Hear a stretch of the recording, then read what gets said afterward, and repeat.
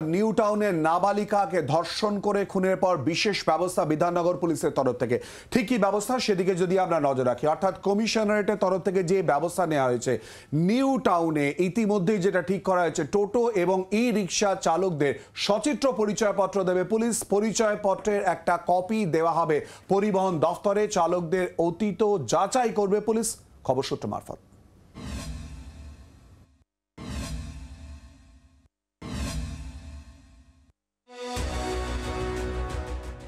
শ্বাসরোধ করে খুনের পর জঙ্গলে টেনে নিয়ে গিয়ে ধর্ষণ।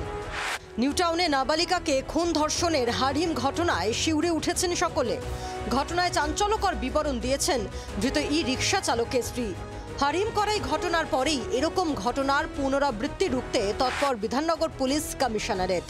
বিধাননগর পুলিশ কমিশনারেটের তরফ থেকে যেটা চিন্তা ভাবনা করা হচ্ছে যে এই ই রিক্সা চালক বা টোটো চালকদের পরিচয়পত্র দেওয়া হবে এবং সেই পরিচয়পত্র দেওয়া হবে সেই কারণেই কিন্তু ইতিমধ্যেই এই সমস্ত ই রিক্সা চালক বা টোটো চালকদের সচিত্র পরিচয়পত্র এবং কালার ছবি সেগুলো চেয়ে পাঠানো হয়েছে বলে পুলিশ সূত্রের খবর।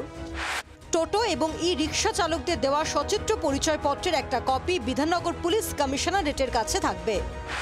পরিচয়পত্রের একটা কপি পরিবহন দফতরে দেওয়া হবে। সূত্রের আরও খবর, টোটো চালক ও ই রিক্সা চালকদের অতীত যাচাই করবে পুলিশ।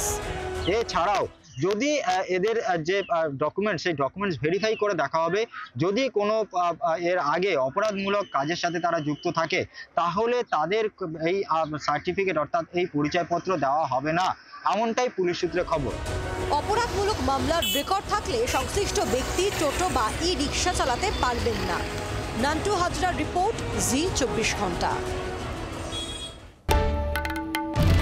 বাংলার আওয়াজ, বাঙালির আবেগ, জি 24 ঘন্টা।